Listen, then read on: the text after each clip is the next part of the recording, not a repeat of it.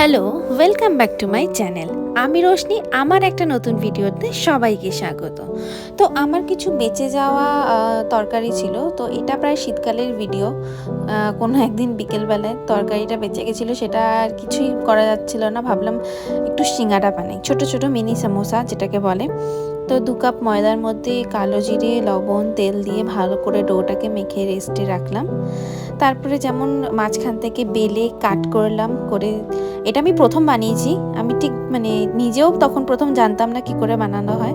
তো আমি আমার হাজব্যান্ডের থেকে কিছুটা শুনে নিলাম যে কি করে বানাতে হয়। তো আমাকে বলে দিল এরকম ভাঁজ করে তার মাঝখানে স্টাফ দিয়ে একটা কুচি মতো, মানে কি বলে ওটাকে ঠিক, আমি আর একদিন যখন বানাবো ভালো করে দেখাবো। মোড়াটা মাঝখানে একটা ফোল্ড করে তারপরে মুড়তে হয়, তো আমি যাই হোক একটা মুড়েছি এই জায়গাটায়। আর পাশে আমি তেল গরম করতে বসিয়ে দিয়েছিলাম। আর এই মশলাটার মধ্যে না অনেক কিছু ছিল তরকারিটার মধ্যে, ফুলকপি, বাদাম, আলু, তো খেতে অনেক ভালো হয়েছিল তরকারিটা।